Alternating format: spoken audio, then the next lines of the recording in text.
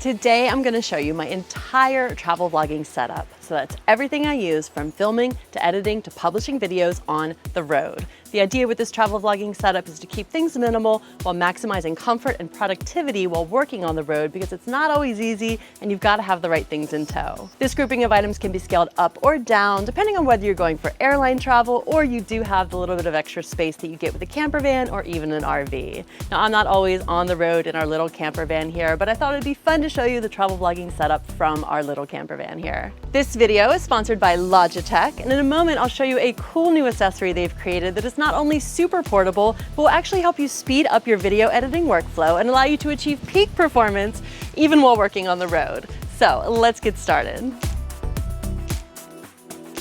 Hello my friends, if you don't know me, my name is Alicia and I create videos to hopefully help you level up your vlogging and video production skills.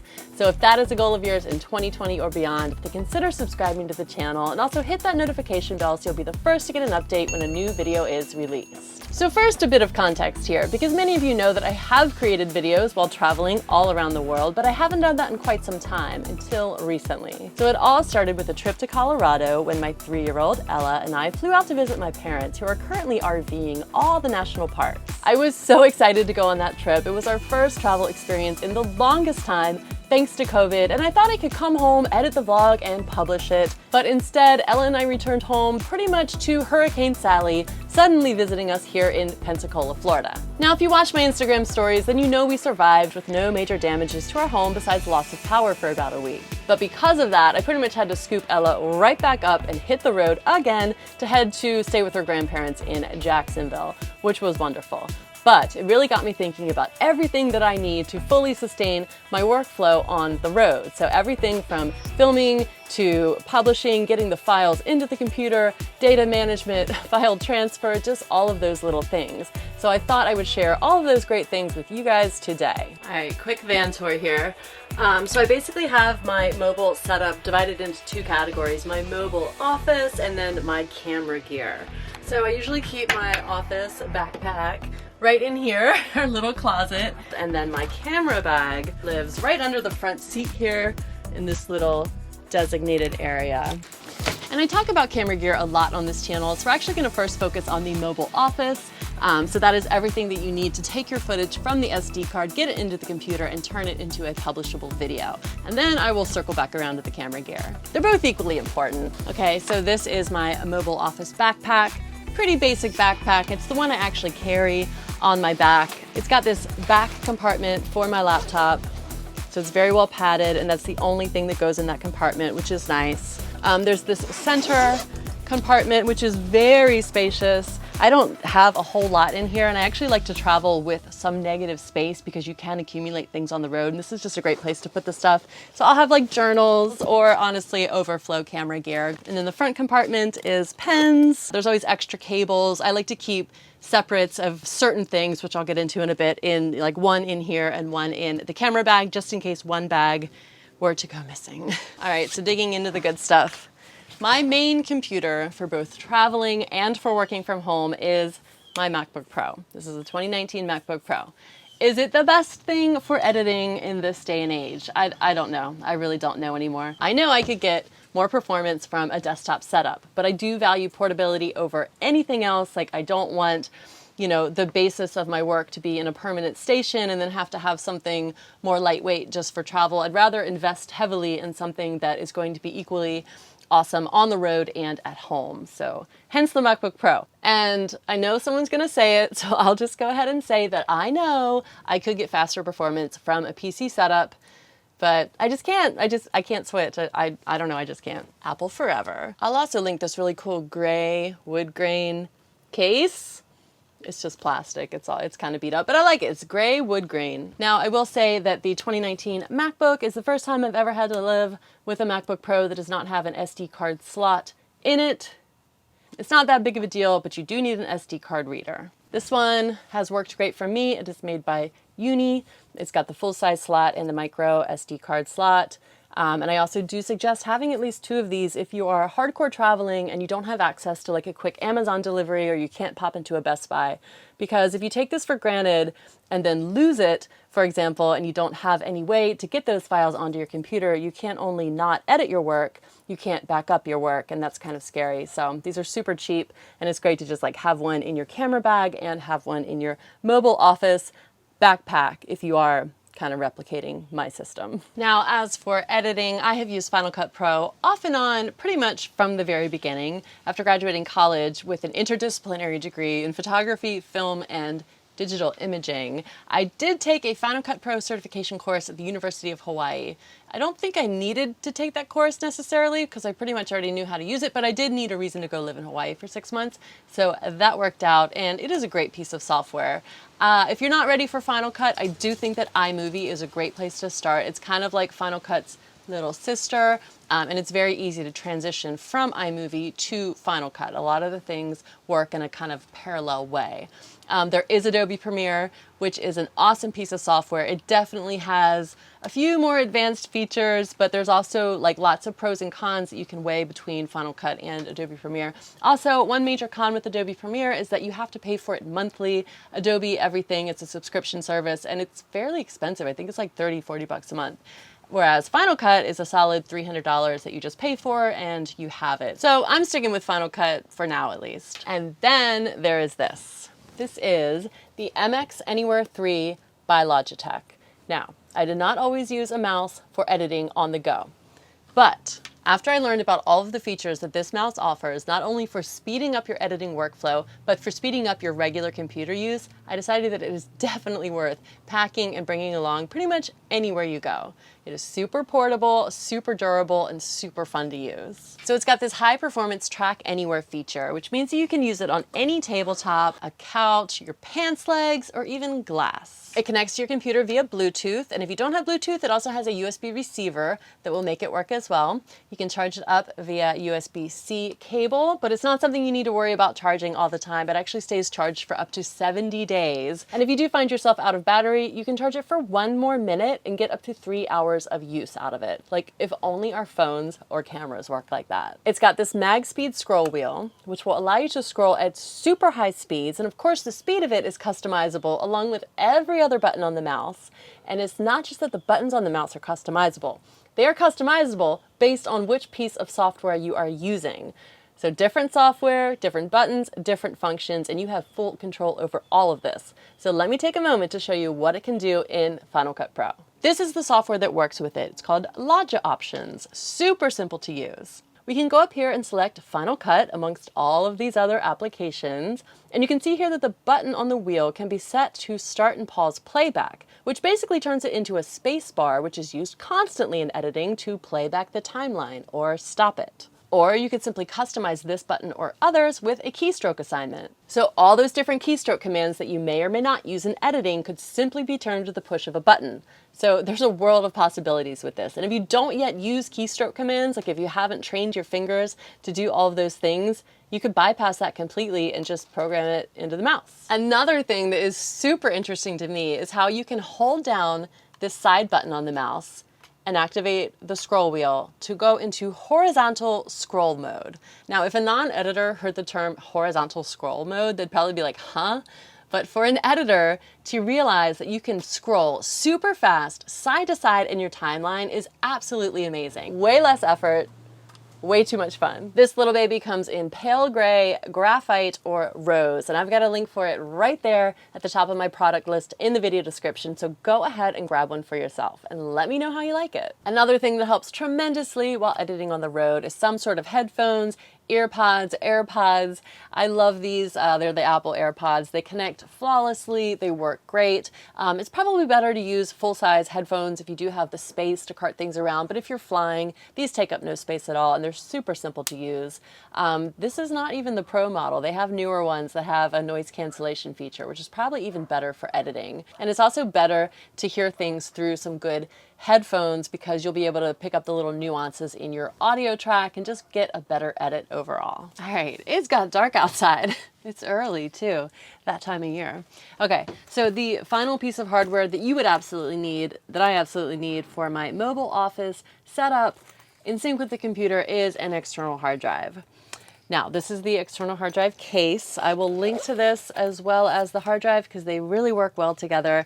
For years, I've been using the Western Digital 4 terabyte external hard drive. I used to kind of use one for every year and put like all of my footage on it, but I've since upgraded to like a bigger RAID storage system, but that thing is not portable. And when I travel, I still always have one of these because as soon as I shoot something, I get it off my SD card and backed up onto the external hard drive. Like this is a nightly procedure. Even if I'm not sitting down to work and sitting down to edit, I at least back up my footage because if you guys haven't learned the hard way yet, every editor, video creator learns at some point that you will lose footage. Whether you lose the camera, you lose the card breaks, there's some kind of malfunction, and losing footage really, really is sad, especially if it's good footage. So back it up to one of these, maybe carry 2 of these, back it up twice, put it in the cloud as well. You definitely need an external hard drive. And don't think that you're gonna store your files on your computer because that won't work for very long. You might be able to store a few, but not really. It's not a good idea. External hard drive. And that is it for my mobile office setup. I'm now going to switch over and show you what is in my camera bag, which is the other main component of my traveling work station. So this is a camera backpack. It's by Cameo Concept. They sent me this backpack years ago. It's a lot like every other camera backpack that is just kind of built in with the padding and everything. I don't use this as an actual backpack. I know a lot of people carry around their gear on their back, but when I travel, I use my mobile office as a backpack, and then this is just kind of more like a piece of luggage. And then a lot of times when I go out shooting, I'll take my camera gear and put it in like a different bag depending on what I need. So I have it packed a very special way right now, just for the bare minimal things that I need. And it's plenty of room as long as I'm not pushing it with like a drone or any extra like big lights or anything else. And then the most important thing, of course, is the camera. So the Canon M50 is kind of just the best all-around camera for somebody who is creating vlogs, traveling, doing, entry-level to maybe semi-pro kind of work, or just has this as a secondary camera to something more professional that they might leave at home. This is a Canon crop sensor mirrorless camera. And when used with the right accessories in the very best way, you really can get some impressive cinematic looking footage from this camera. The best thing about it is definitely its smaller size. So without a lens, it's a very small camera body, very lightweight compared to bigger full frame cameras. It's great for both front-facing vlogging shots thanks to the flip out screen, and it's also really great for other shots, B-roll shots of other things, and with the interchangeable lenses, it gives you a lot of variety with the different types of shots that you can get. Canon M50 is probably the most versatile, most affordable camera on the market right now, and I will have you guys know, if you don't know, that the Canon M50 Mark II is on the horizon. We think it's going to be released by the end of the year. Says Canon, maybe unofficially. I have a video about the rumors, but right now the Canon M50 original is still a great camera. And then probably the most important next accessory that you're going to have, definitely the most important, is the lens. The lens is really what's going to give you the cinematic looking footage, the professional looking footage. So the Canon crop sensor mirrorless line doesn't have a lot of great lenses on the market until Sigma recently came along and made some really awesome options. So all of these Sigma lenses are f1.4 aperture, which is a very large aperture, which will give you that nice blurry background, the creamy bokeh, and just the overall professional look. The 16 millimeter is the ultimate vlogging lens. It's like my favorite lens. It's really the only lens you can vlog with because it's the only one that is wide enough for front-facing vlogging shots. And if you're shooting something besides a front-facing vlogging shot, you can get a really cool, like, wide-angle look with this lens as well. So this is a must-have for vlogging with the Canon M50, in my opinion. And then, of course, you're going to want to pair it with at least one other focal length lens. So this is the 30. I like the 30. It's very versatile. It doesn't crop in too tight, but it definitely gives you a, closer feel than the 16 millimeter does. So I'm always with at least both of these lenses. They also make a 56mm if you want to get in a little bit tighter, do more of like portrait stuff, and that's also great for photography. Of course, like I said, a zoom lens is always an option. So there's lots of different things overall that you can do with the Canon M50 paired with different lenses. I also will say that a great alternative to the Canon M50 is the Canon M6 Mark II, which is a newer camera. It's a full 4K camera, so you have uncropped 4K with the M6 Mark II. It's what I'm shooting on right now. I talk about it a lot, and I did a full comparison between the M50 and the M6 Mark II. The main difference is that the M6 Mark II has a flip up screen versus a flip out screen, which a lot of people don't like, but I'm using it right now, looking at myself right now. It's kind of convenient. It's not bad. There are pros and cons though, so check out the video if you'd like to learn about the M6 Mark II, and you don't want to wait for the M50 Mark II. So I will kind of show you how I have things arranged in my camera bag right now, although I'll also include some B-roll because the layout of it is important. But the great thing about this bag is that you can change around these foam paddings to suit any of your personal needs. And lately I've been kind of unsure about how I'm carting things around exactly, thanks to the addition of my latest thing that I think is like so important that I gotta have from here on out, and that is a good gimbal.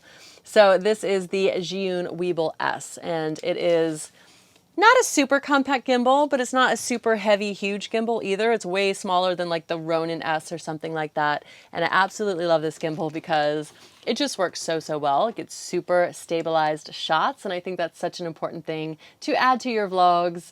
You know, sometimes vlogging footage is on the fly. Sometimes you don't have time to set things up on a gimbal and things are a little bit shaky. But if you balance out the entire production with some super smooth gimbal shots, I think it just adds so much to the vlog. So it's totally worth the effort and totally worth like bringing a gimbal along to get some of those super smooth shots. And if you'd like some more details about the Zhiyun Weebill S and like to see it all set up in action, I will link a video that I just published that is a comparison between it and the Phaotech G6 Max, which is another lightweight gimbal that I was using. I do think the Zhiyun Weebill S is a better gimbal, but the Phaotech is lighter. So maybe check that out if you'd like to kind of compare, and it also depends on what gear you're using it with. Okay, crawl right through and under. Here's something you need in your travel vlogging kit. I know. I know. No, I know. You need a toddler.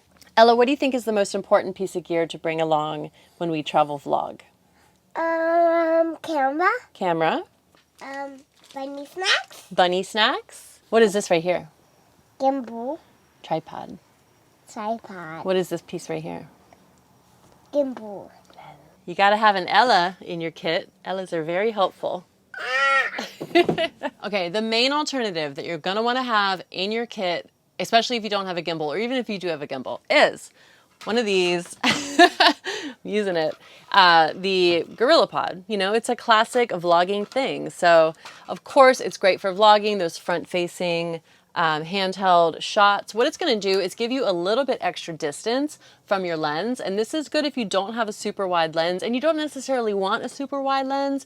Anything wider than a 16 is going to distort your face a little bit too much, and just having that extra physical distance is a little bit better. Plus, if you find yourself needing it to become a tripod, you can set your camera down and it's a tripod.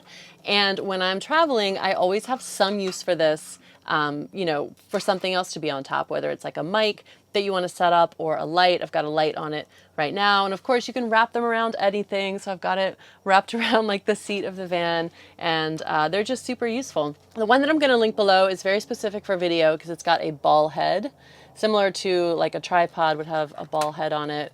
So that makes it so you can actually like tilt your camera. I used to, in my early days, I had a crappy like knockoff one of these, and I would like kind of like fashion this to sit in a different way, to point my camera in different ways, until I realized that was not the way to do it.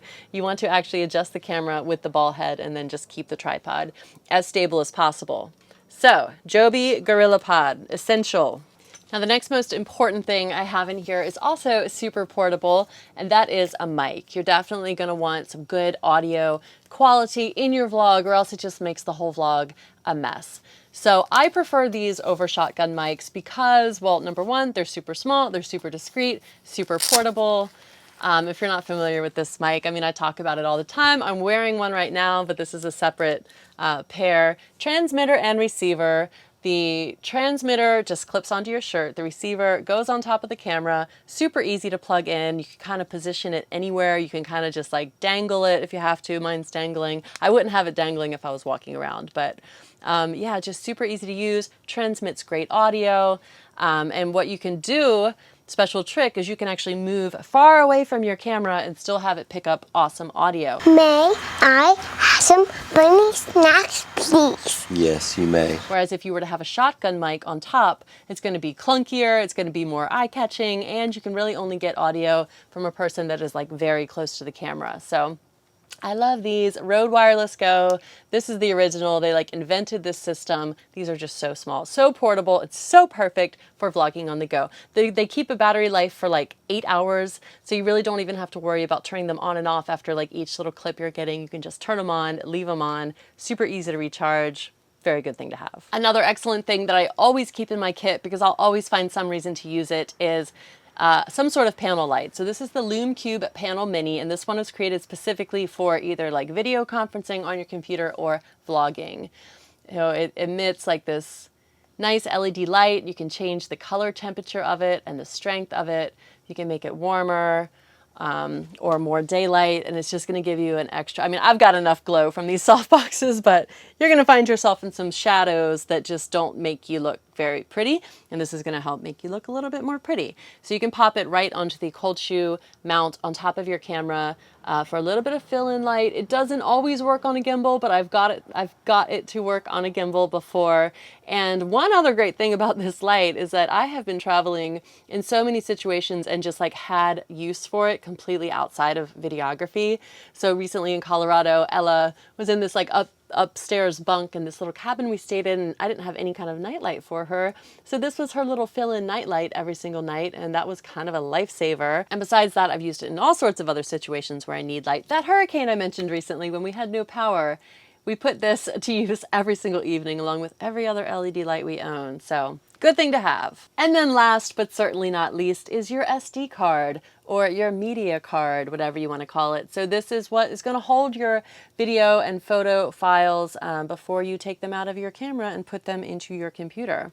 So when it comes to video, you're gonna want to get a better SD card than the average one that you might see online. They can be really confusing because they're all different prices, and besides the actual size that they hold, it's kind of unclear sometimes as to why. But the easiest way is not reading descriptions, but just looking at the card. And you'll see right here the 150 megabyte a second transfer rate. That's very important because that affects how fast your camera can write to the card, and also how fast your card can transfer that data back into your computer. And this is the Lexar Professional version, 128 gigs, which is pretty big. I would probably go for like the largest size available, especially if you are wanting to experiment with shooting 4K footage, which takes up tons of space. Now, what's not a good idea is to think that a super large SD card is just going to like be a storage space for your footage, especially not just like your only copy of the footage. So I will leave footage on an SD card after I've backed it up. So this will function as like a third backup, but it's definitely not the first backup for very long. Like I said earlier, as soon as I can get it onto that external hard drive, I will. You're also going to want a few of them because these things can fail, they can break, they can get full before you're able to back them up, and you're going to want to be able to switch them out. And it's also important to say that this is a UHS 2 SD card, which is kind of like the SD cards of the future. They've got this extra strip of metal on the back, which is primarily how you know they are UHS 2, and it's they have faster read-write speeds.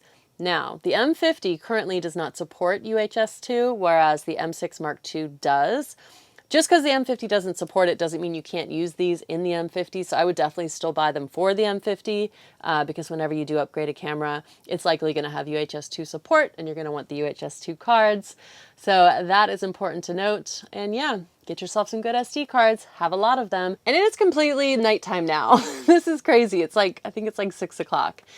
Anyway, thank you guys for hanging in there, watching this video. I know a lot of the stuff I talked about was repetitive of stuff that I've talked about before on this channel, and I will link to some other videos that go more into depth about certain pieces of gear. If you do want to learn more about certain things and you're kind of new to the channel, definitely check those out. But the Logitech MX Anywhere 3 is the first time I've ever talked about it, and hopefully I'll be able to talk about it more. I can't wait to discover some of the other ways I can use it to speed up my video editing process, because like I mentioned, that is what takes the longest. So any way to speed up editing is always a good thing. So you guys, let me know what you thought of this video. If there's anything additional that you think should be in a mobile office or a mobile, camera bag, then let me know in the comments below. Definitely check out the MX Anywhere 3. Let me know what you think of it if you do try it out, and I'll see you guys in the very next video. It's going to be the Colorado vlog. I've got to get that vlog out there. It's going to be so much fun. Just seeing a different place, seeing some different scenery. Right now I'm in the van in the driveway. Hopefully we take this van out again soon. All right, guys, I will see you in the very next video. Bye.